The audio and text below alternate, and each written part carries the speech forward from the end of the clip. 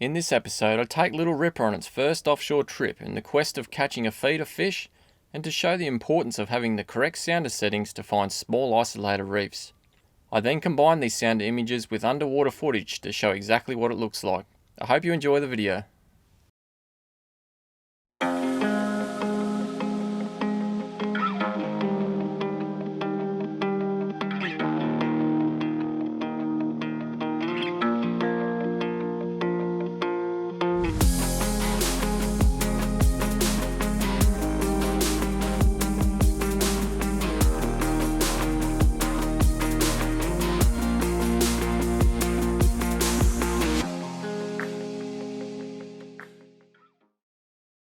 Right, so the first spot I've come to is actually an area that's very popular. There's a lot of ground here. What I've done is just find some isolated little ground away from the main structure. So very close to it, there's boats driving around everywhere here. What I'm going to do is drop down a paternoster rig with a couple of baits. See if I can catch some demersal fish like your Moses perch, Venus tuskfish, some pearlies. You'd be very surprised, even in these popular areas, what little tiny isolated structure can produce. So we'll have a go. The only problem in these areas is the sharks. Very popular areas are prone to terrible shark problems. They hear the boat. I've spot locked on it at the moment, obviously got the motor off. And see if we can produce a few before the sharks find us. They're even very well aware of the sound of the electric. So yeah, very intuitive sharks. They've learnt human behaviour very well and know that all these sounds of an outboard, electric motor, even a sounder means a free feed for them. So I may get one or two fish. I'm pretty lucky at the moment. There's quite a few boats around the area trolling and even running back and forth drifting. So sometimes that can pay into your advantage because the sharks follow those boats because of all the noise. So I'll see what happens here. Hopefully we can pull a few fish before the sharks flog me. There we go. Not real big. Got a paternoster, so I might just wait, because often that fish shaking all the bait off attracts all these other fish over and hopefully eats the other one. There we go.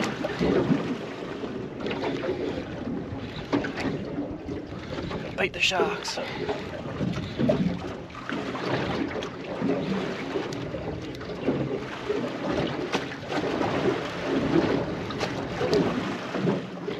Crank it up as quick as I can.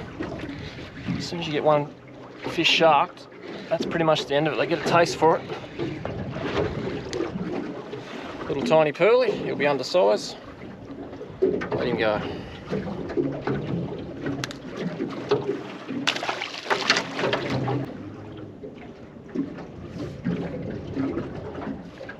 There we go. That's a better fish. Much better fish. Oh yes.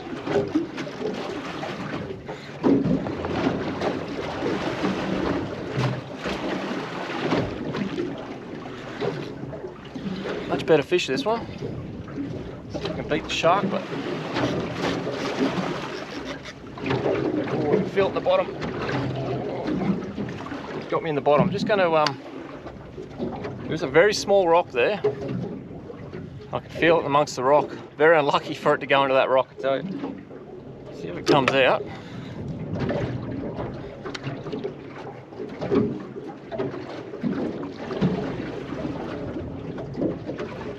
No point keeping the pressure on when you feel that line running through a rock like that. It doesn't take much to pop them off, so just going to free spool it for a bit.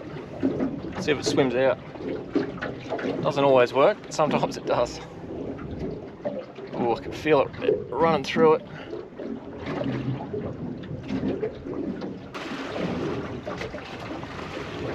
Bugger. Good fish. Such a small rock too. Very unlucky for that fish to go in there. Actually burnt my thumb trying to stop it.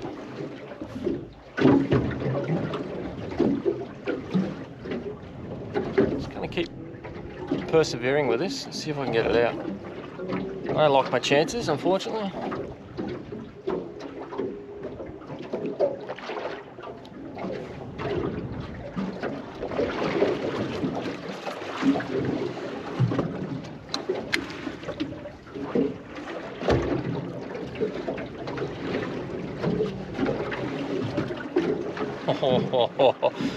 Got it out. I'm gonna have to back this drag off, but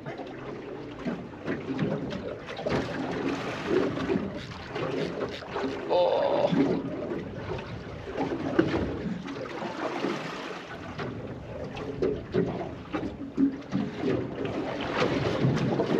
Once I get him up a bit, I'm just going to back this drag off a little bit more. I'll run it really light. There's no doubt my leader is absolutely shredded at the moment. Now I've got to try and beat the shark. No. I want to just pull the hook on it. Oh, the leader's absolutely shredded.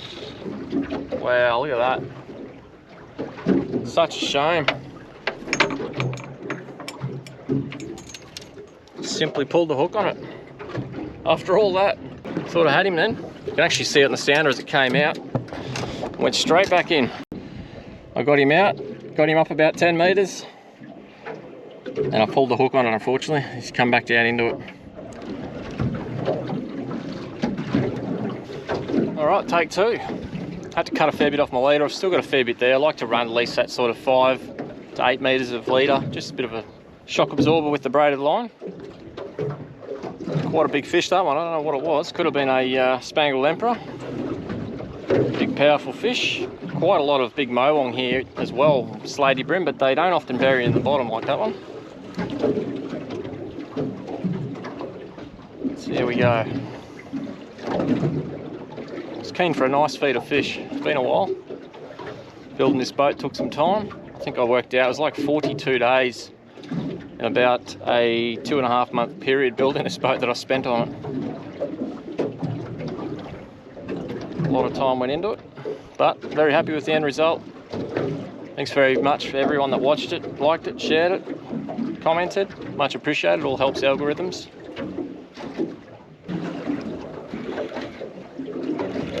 Couple of small fish, unfortunately. I'll just wait and leave it there, see if another fish follows up that second bait. Problem with doing this is the sharks are around your corner.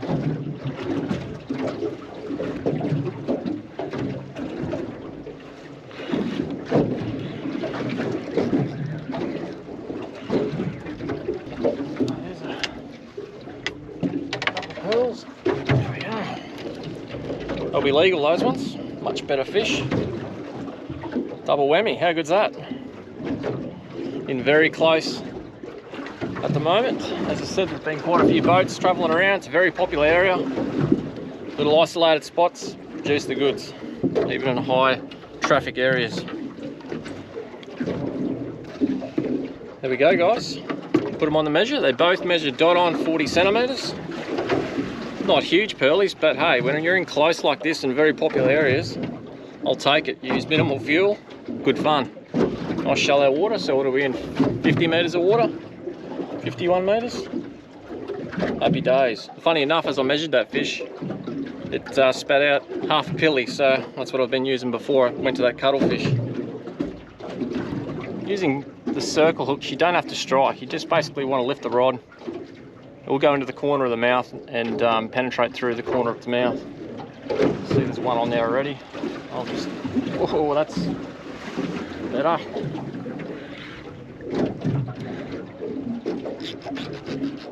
Oh, no. Another good fish. Feels a lot like a Venus tuskfish, this one. Exactly what I'm after. Just gotta beat the sharks.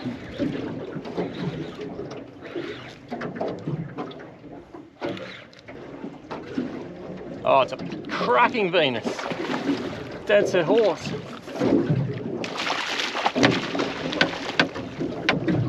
There we go, guys. Cracking Venus tuskfish. What an awesome fish. Geez, they fight hard at that size.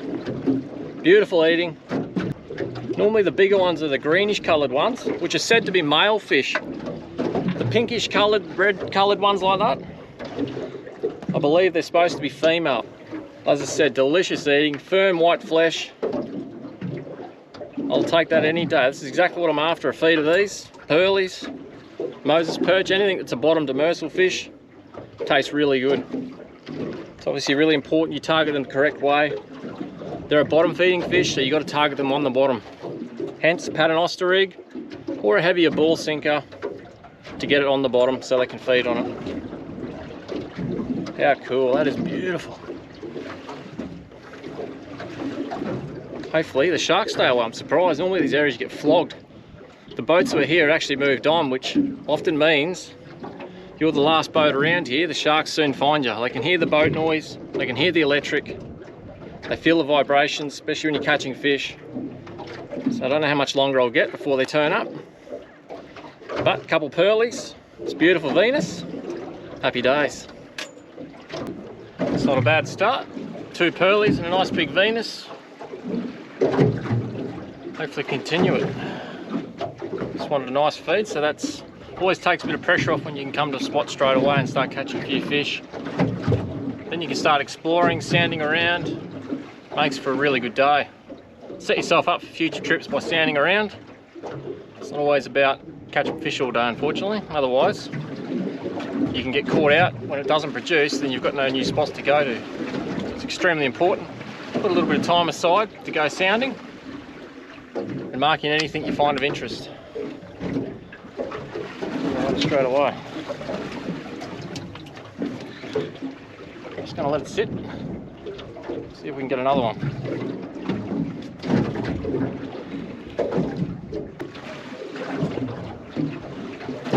There's a better one. Or 2 at least. Oh yeah, feels like a better fish.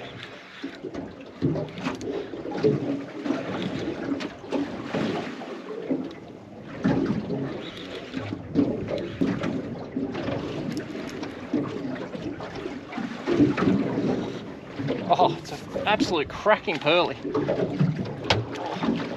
Just don't come out. Oh yes, look at that. How cool is that for in close? There's a horse. How good. Little squire with, you can see the importance of leaving that bait and everything sit down there. I could obviously feel the little fish, which happens to be a little squire. Let it sit for a bit longer. All that commotion and the little fish shaking the bait off creates a lot of interest from other fish. They'll come flying over to eat a lot of the scraps. I've seen it on camera before and it's crazy how it works. So always leave it down there, hope for a bigger fish, and that's exactly what's happened. This beautiful pearly. Oh yeah, look at that. Absolute beautiful pearly for in close. It's a lovely fish. Chicken of the sea, they really are top eating. I'm stoked, that is so cool. I don't want to show you the background, but I'm very close to land here. That is unreal. How cool. That little circle hook jammed right in the corner of the jaw there. Hopefully you can see that. See if we can get it down the gob a bit. For a small hook, they work exceptionally well. Look at that. Very tiny. Yeah. Happy days. I love chasing these fish. They're such a cool looking fish. And when you get them to a big size, they look absolutely freaking awesome. But they actually go pretty hard as well. They fight good. Especially when you get them up around that 4 to 5 kilo, which is around that sort of 60 to 70 plus centimeters. It's a very big fish. That one there will be about 58, I reckon. Beautiful fish. Love catching pearlies, particularly in close like this. It's exciting. It reminds me of when I was a kid fishing up off Double Island Point with my old boy. We're only a couple k's off the headland, catching quality fish like this. So I love to replicate it in my own local waters off Brizzy. That is cool. Lovely fish. Giddy up.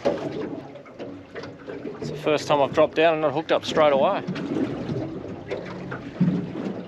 I can feel the fish playing with it though. It's sometimes they get a little bit finicky. You just got to make sure that you're not got a heap of tension and you're bouncing that. Here we go. I'm just getting a bite now, and I've actually let a little bit of slack line. I've got no tension on it. I'm just going to slowly lift the rod tip and hopefully sink this hook in. Oh no! Fish often like a lot of slack line. If you have it too tight, it's moving that bait, bouncing the sinker, it can scare them. So at the moment, I've actually got a little tiny bit of belly in the line. There's a fish. You can just see the line doing this. Feel a little bit of pressure every now and then when it's taking it and biting it. Often these little things make a big difference in your day. It's just learning what fish are liking at the time.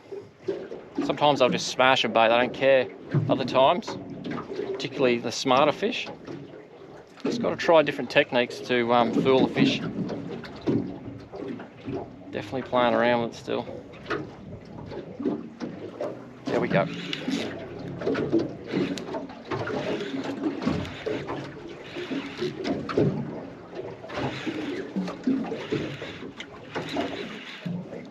Not a big fish, maybe another little pearly.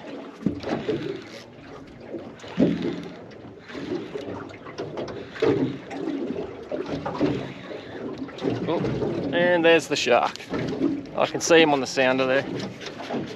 Well, it was good while it lasted. Normally you only get one fish, 2 fish tops. But I've got 4 fish before they've turned up. Massive shark problem throughout Australia at the moment. It's very frustrating. We're losing so many fish. It's just such a shame. Unfortunately, not much can be done about it. Obviously got a lot of these people in power or people out there that don't understand. They think there's a massive decline in shark numbers. Yes, maybe across the world, but not here in Australia. We've got some pretty strict rules here in Australia that protects them. They have for quite some time. So sharks are getting bigger, they're getting smarter, and they know how to get a free feed. I don't think there'll be any solution to it anytime soon. When they turn up, you pretty much got to drive away. I'll show you what it looks like on the sounder. Going by that, there's actually 2 sharks there. One's following the other one. All you can do is bust them off and move on. It's another new spot. I've been sounding around for probably the last hour and a half. And found a nice bit of life there. Dropped down and look what happened straight away.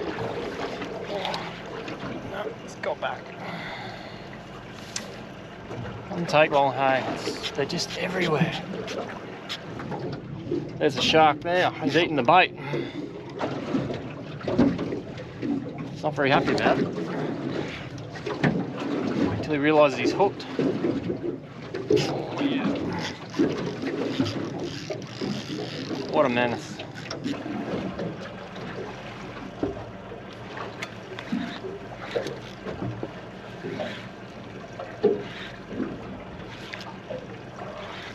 Let's see if I can get him up before the shark. Oh no. No, no, no. Oh, come on. It's another brand new spot, way away from where I've been fishing. Oh, man. Feel like a nice Venus tuskfish, that one. Sharks are endangered, apparently. My arse, they are.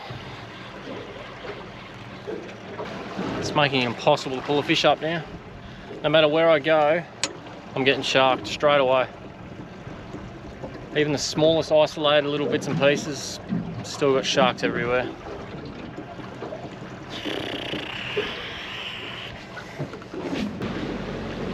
Just sounding around now, put a fair few hours in. Just trying to locate some more isolated ground. Hopefully produce a few fish instead of the bloody sharks that are flogging me at the moment. No matter where I go, I'm getting hit by sharks. This day's gone on, the worst they've gotten. But anyway, I'll just keep sounding around. Worst comes to worst, I'm marking ground, I can come back at a later date. Usually the summer months, they're a lot worse, particularly in close around the headlands and where I am. So I'm off Stradbroke Island fishing the group area, so off Point Lookout. Come in really close here, just trying to sound up nice isolated little rocks and reefs, etc.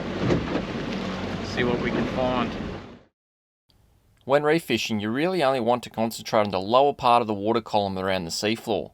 A common mistake I see fishermen regularly make is having a really large depth range on the sounder, which often means that the screen shows an image from the sea surface all the way down past the bottom of the seafloor.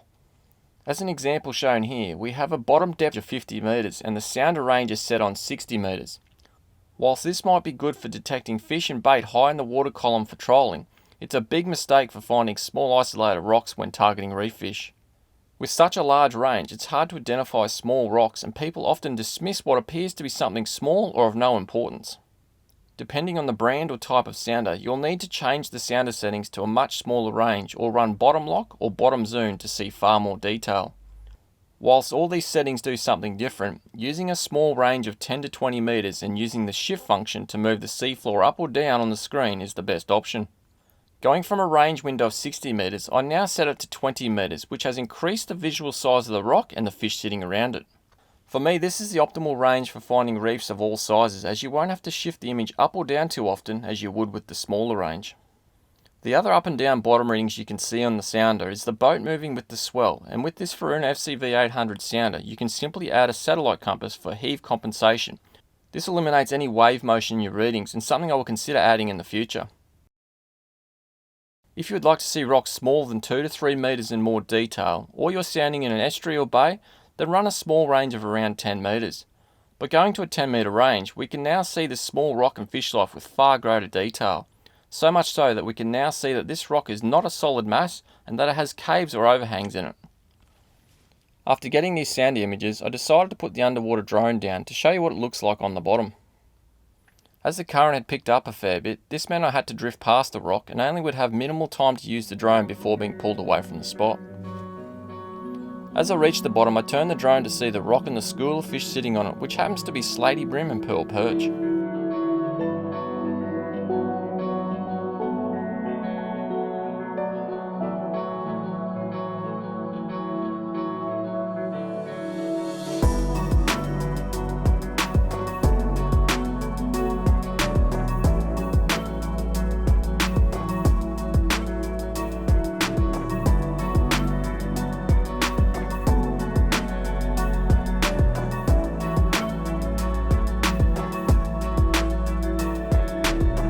The drone instantly makes the school of slatey bream move away from the rock while the pearl perch remain close by. As you can see, this rock is really small. It consists of many overhangs and caves that could be seen on the sounder image.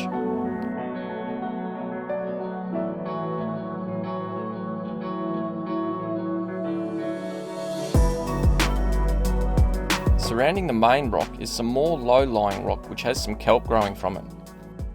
With the current quickly dragging the drone away, I unfortunately had to bring the drone back to the surface. To see more footage of this spot, I thought I would include some footage from my camera stand I dropped down on previous trips. This captured a range of fish including various tuskfish species, green jobfish, Moses perch and a shark.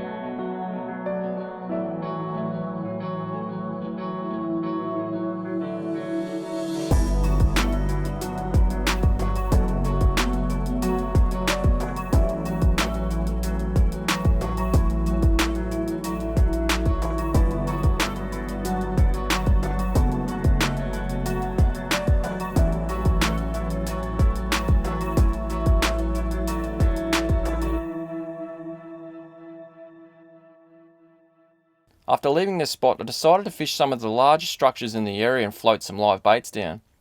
This can account for some big snapper and spangled emperor at times, and it wasn't long before I hooked up on a quality fish, only to be sharked yet again moments later. I decided to keep moving, and after a couple of hours of sounding, I spotted this rock 60 to 90 metres out in the port side of the boat on the Furuno side scan. It was sitting in 42 metres of water, so I went back, spot locked on it, and dropped some liveys down.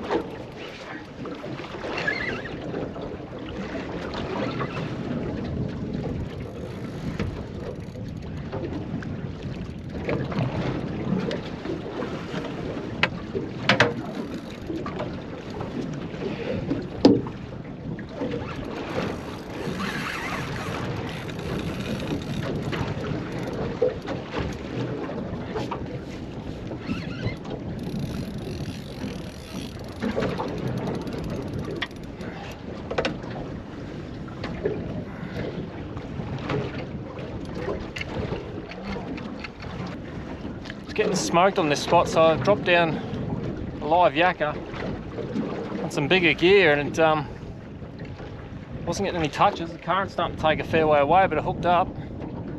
Got me back in the bottom, unfortunately. Too slow, stuffing around the other rod.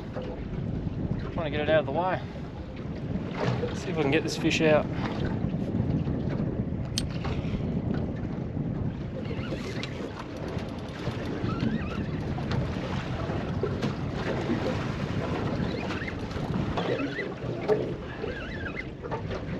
Got him coming.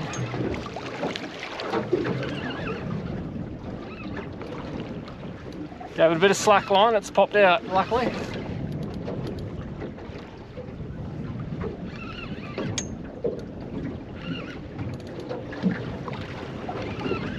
So it'll be a cod, to be honest.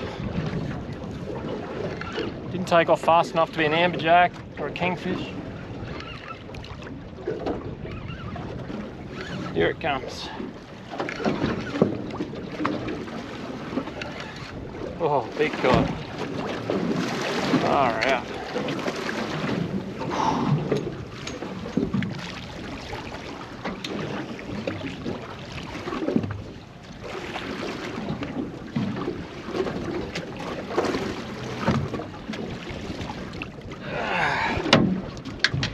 There we go.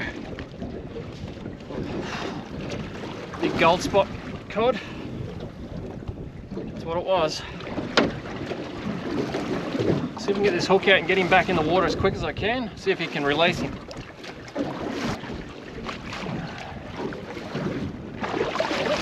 Away he goes. Straight down.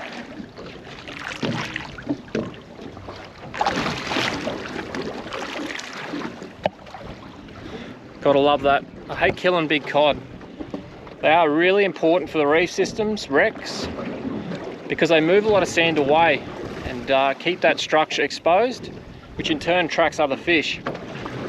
So if you can, try release them, but no problem taking a feed. They are fairly good eating that size, probably, and smaller.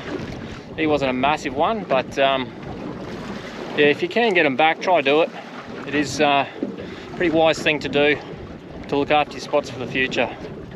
Righto guys, time to head back in. Starting to blow up a fair bit now. I had a pretty cool day. I got a little ripper offshore, gave a really good test, and managed to put a few fish in the box to eat as well, which is even better. Played around heaps with the sounder today. Did a ton of that, probably put 4 or 5 hours of sounding, if not more. Found lots of new spots. Obviously the sharks gave me an absolute belting today. I was very tempted just to drive away from these areas, fish the more isolated areas out a bit wider for, you know, pearlies, snapper, dewies. But stuck to my game plan, stayed in close just so I could put more time into the sounder side of things. So a lot of tuning, a lot of sounding, and managed to show you guys obviously the importance of running a small range just so you can locate those small isolated spots. So even in heavily fished areas like this, they still can produce quality fish. So hopefully that drone footage turned out pretty well and gives you guys a fair idea what it looks like on the sounder and also down on the bottom. Anyway guys, thanks for watching. I hope you enjoyed it. Till next time, tight lines.